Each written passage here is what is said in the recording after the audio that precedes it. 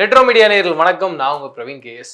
Recent டைம்ஸ்ல ஷாருக் கான் அவர்கள் என்ன பண்ணியிருக்காரு, லப்பர் பந்து படம் பார்த்துருக்காரு. பார்த்துட்டு அவருக்கு அந்த படம் ரொம்ப பிடிச்சி போச்சு. சரி, அந்த படத்தை நம்ம ரீமேக் பண்ணலாம் அப்படின்னு பிளான் பண்ணியிருக்காரு.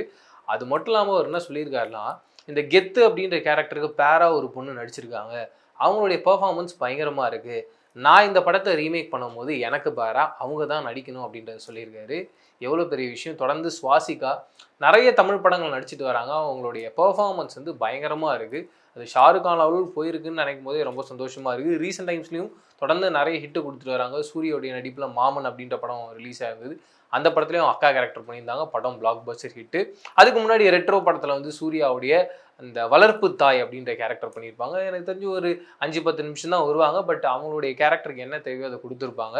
அந்த படமும் ரொம்ப நல்ல படமாக வந்திருந்து மீண்டும் சூர்யா கூட இப்போ ஒரு படம் நடிச்சிட்டு இருக்காங்க.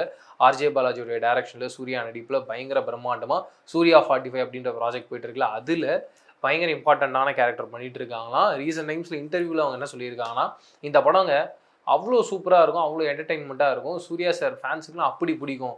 அப்படிப்பட்ட ஒரு ட்ராவலில் தான் ஆர்ஜே பாலாஜி இந்த படத்தை ஷூட் பண்ணியிருக்காரு. படம் பயங்கர ஃபன்னாக இருக்குது, எல்லாருமே அப்படி ஒரு என்ஜாய் பண்ணுவாங்க இந்த படத்தைன்றது சொல்லியிருக்காங்க.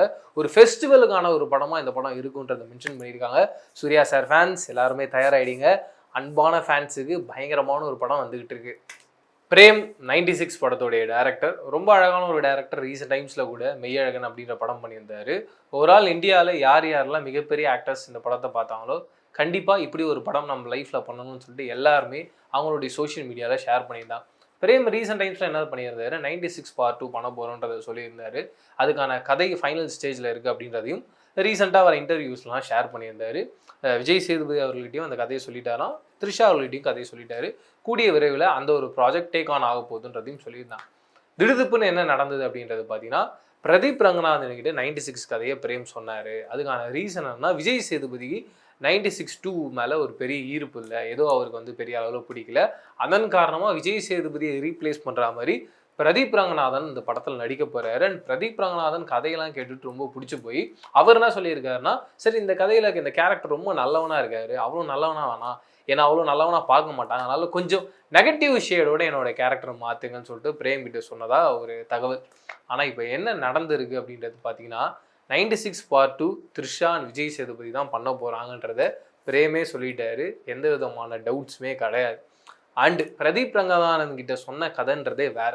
பிரதீப் ரங்கநாதன் கிட்ட முழுக்க முழுக்க வேற ஒரு கதையை தான் ஓகே வாங்கியிருக்காரு. அந்த கதையுமே கூடிய விரைவில் டேக் ஆன் ஆக போகுதுன்னு டவுட் இல்லை. இதுக்கு நடுவில் இன்னொன்று நடந்தது என்னன்னு பார்த்தீங்கன்னா, 96 பார்ட் 2ல் சியான் விக்ரம் நடிக்க போகிறார் அப்படின்னு யாரும் சொல்லிட்டாங்க. அதுவும் என்னன்னா, சியான் விக்ரம் கிட்ட வேற ஒரு கதை, அது முழுக்க முழுக்க பிரேமோட ஜோனுக்குள்ளே இல்லாத கதை, பயங்கர ஆக்ஷன், பயங்கர இன்டென்ஸாக ஒரு ராவ் அண்ட் ரஸ்டிக்கான ஒரு படம், கிட்டத்தட்ட மார்க்கோ மாதிரியான ஒரு படம்னு வச்சுக்கோங்களேன். அப்படி ஒரு ஒன்லைனை சியான் விக்ரம் கிட்ட சொல்லியிருக்காரு. அது அவருக்கு ரொம்ப பிடிச்சி போயிருக்கு. நீங்கள் ஃபுல்லாக கதையை ரெடி பண்ணிட்டு வாங்க, நம்ம பண்ணலான்றதையும் சொல்லியிருக்காரு.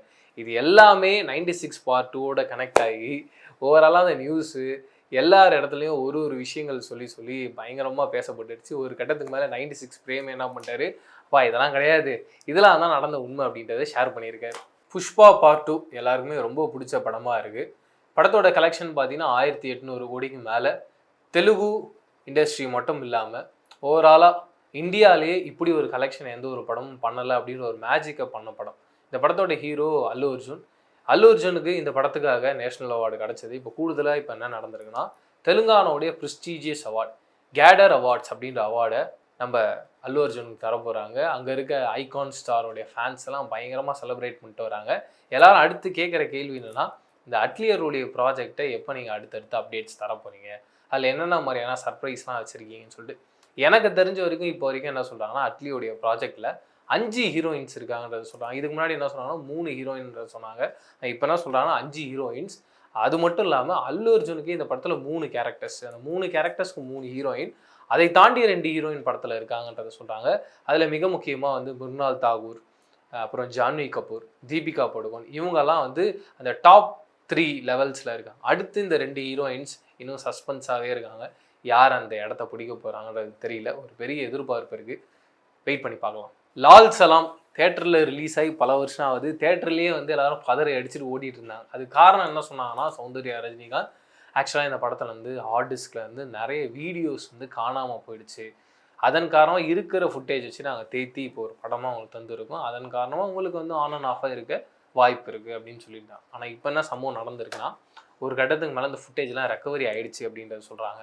அந்த ரெக்கவரியான ஃபுட்டேஜை வச்சு ஜூன் 6ஆம் தேதி இல்லை 7ஆம் தேதி சன் நெக்ஸ்ட்டில் லால் சலாம் ஓடிடி பிளாட்ஃபார்மில் அழகாக ரிலீஸ் ஆகி என்ஜாய் பண்ண போகிறாங்க ஃபேன்ஸ் அப்படின்றத சொல்கிறாங்க. ஒருவேளை நம்ம தேட்டரில் பார்த்த வேர்ஷனே ரிலீஸ் பண்ண போகிறாங்களா, இல்லை நான் சொன்ன மாதிரி அந்த ஆர்டிஸ்கில் இருக்கிற அந்த புத்தம் புது சீன்ஸை இன்வால்வ் பண்ணி இந்த ஓடிடி பிளாட்ஃபார்மில் ரிலீஸ் பண்ண போகிறாங்கன்றதை வெயிட் பண்ணி பார்க்கலாம் வாங்க.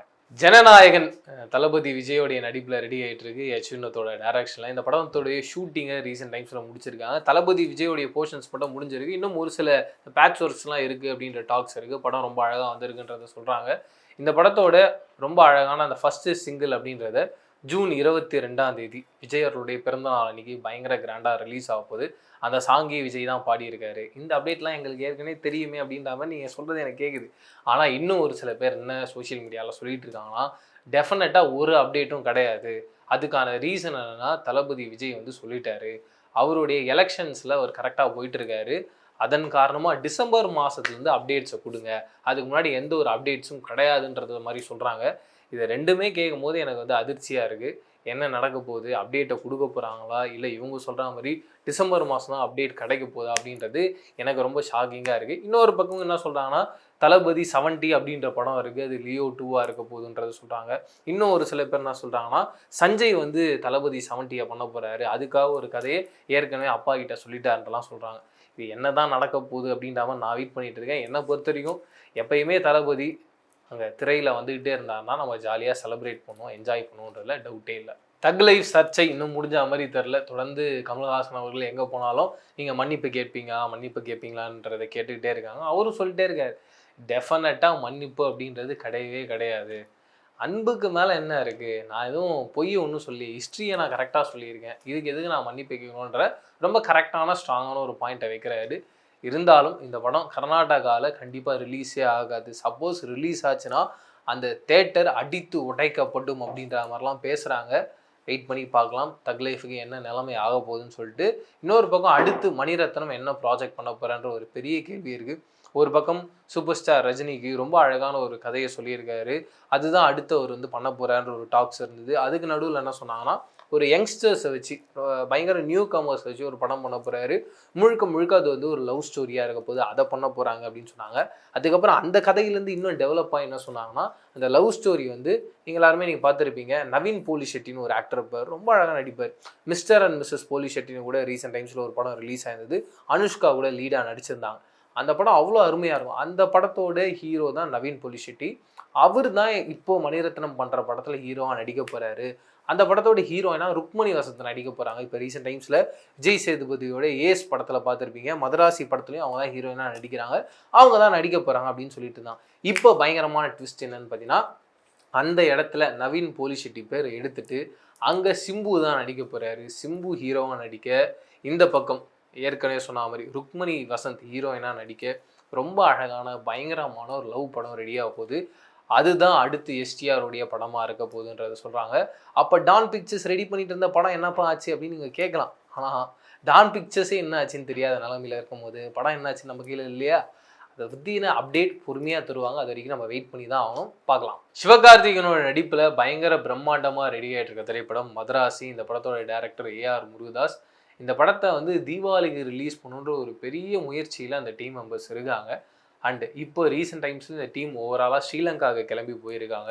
அந்த ஸ்ரீலங்காவில் ஒரு ஹார்பர் இருக்குது. அந்த ஹார்பரில் சிவகார்த்திகேயன் அண்ட் இந்த படத்தோடைய வில்லன் வித்யூ ஜம்வால் அவர் கூட பயங்கர இன்டென்ஸான ஒரு ஃபைட் சீக்வன்ஸாக அங்கே ஷூட் பண்ணியிருக்காங்க. இந்த ஃபைட் சீக்வன்ஸில் இந்த படத்தோட ஹீரோயின் ருக்மணி வசந்தும் இருந்தாங்க அப்படின்றது சொல்கிறாங்க. பட் படம் ரிலீஸ் ஆனால் தான் இதெல்லாம் உண்மையானது தெரியும். ருக்மணி வசந்த் இருந்தாங்களா இல்லையான்றது உண்மையாக தெரியும். பட் மற்றபடி நான் சொன்னது எல்லாமே உண்மையான ஒரு தகவல் தான். பயங்கரமாக இந்த படம் ரெடி ஆகிட்டு இருக்கு அப்படின்றத சொல்கிறாங்க. நம்ம யாருமே எதிர்பார்க்காத ரொம்ப சென்சிட்டிவான ஒரு டாப்பிக்கை, ரொம்ப ஸ்ட்ராங்கான ஒரு பொலிட்டிக்கல் கண்டென்ட்டை மீண்டும் ஏஆர் முருகதாஸ் மக்களுக்காக கொண்டு வந்திருக்காரு. எப்படி துப்பாக்கி படத்தை நம்ம எல்லாருமே பயங்கரமாக செலிப்ரேட் பண்ணுறோமோ அப்படிப்பட்ட ஒரு படமாக இந்த மதராசி இருக்க போகுதுன்றத சொல்கிறாங்க. செப்டம்பர் 5ஆம் தேதி பயங்கர ட்ரீட்டாக இந்த திரைப்படம் ரிலீஸ் ஆக போகுதுன்ற ஒரு பெரிய எதிர்பார்ப்பு இருக்குது. நானும் பயங்கர ஈகராக வெயிட் பண்ணிட்டு இருக்கேன். ஏன்னா சிவகார்த்திகேயன் அவருடைய படம் பராசக்தி ஒரு பெரிய பிரச்சனைகளை மாட்டிட்டு இருக்கு. டான் பிக்சர்ஸ் கிட்டேருந்து அந்த படம் ரிலீஸ் ஆகுமா ரிலீஸ் ஆகாதா, அதுவும் ரொம்ப ஸ்பெஷலாக அந்த படம் ரெடி பண்ணிட்டு இருந்தாங்க. சிவகார்த்திகனுடைய 25வது படமாக. அண்ட் இந்த படம் வந்து அடுத்த வருஷம் பொங்கலுக்கு ரிலீஸ் பண்ணுன்றத டார்கெட்டில் போயிட்டு இருந்தாங்க. அந்த டார்கெட்டில் மண்ணை வாரி போடுற மாதிரி யாரோ கண்ணு வச்சுட்டாங்கன்ற மாதிரி தான் நான் நினைக்கிறேன். யார் கண்ணுன்றது நீங்கள் என்ன நினைக்கிறீங்கன்றத கமெண்ட் செக்ஷனில் ஷேர் பண்ணிக்கோங்க. இதே மாதிரி சூப்பரான அடுத்தடுத்த சினிமா அப்டேட்ஸ்லாம் தெரிஞ்சுக்கணும், இல்லை இவங்களை பற்றிலாம் தெரிஞ்சுக்கணும் ஆசைப்பட்டீங்கன்னா அதை கமெண்ட் செக்ஷனில் ஷேர் பண்ணிக்கோங்க. கண்டிப்பாக அவங்கள பற்றினும் நான் இன்ட்ரெஸ்டிங்கான ஒரு சூப்பரான அப்டேட்ஸ்லாம் உங்ககிட்ட கொண்டு வந்து சேர்க்குறேன். அது வரைக்கும் டாடா பாபாய். நான் பிரவீன் கேஎஸ். பாய்.